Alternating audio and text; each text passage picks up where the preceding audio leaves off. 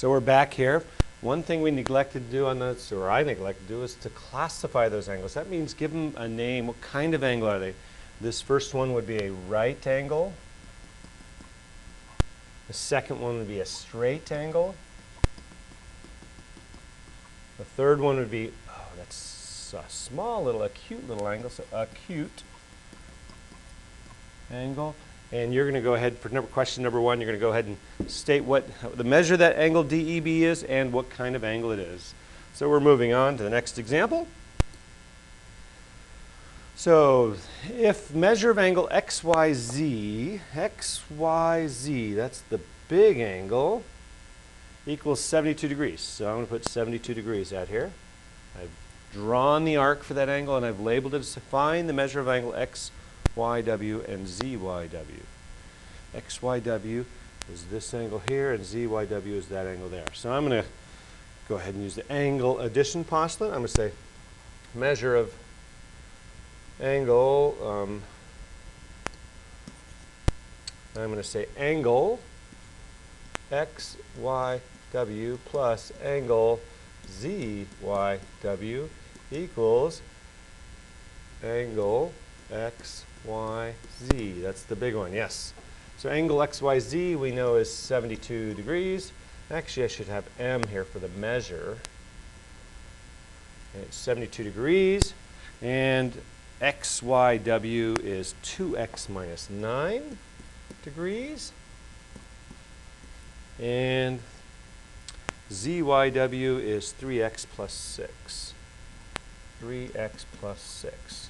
Oh, we're back to a problem like we had in the warm-up the other day. So we can do combine like terms. We get 5x minus 3 equals 72.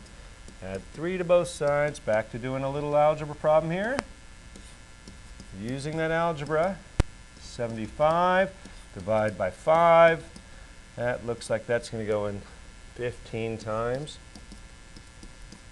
So we get x equals 15. Does that answer our question? No, because they want us to find the measure of XYW. So the measure of XYW, angle XYW, is 2x minus 9, or 2 times 15 minus 9.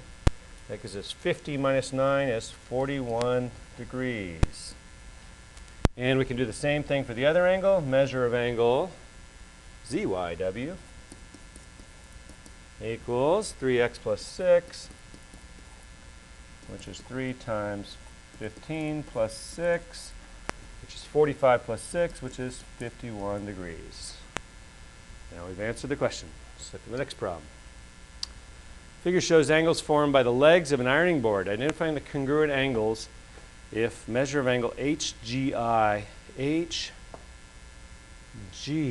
that's HGI, this one here is 40 degrees.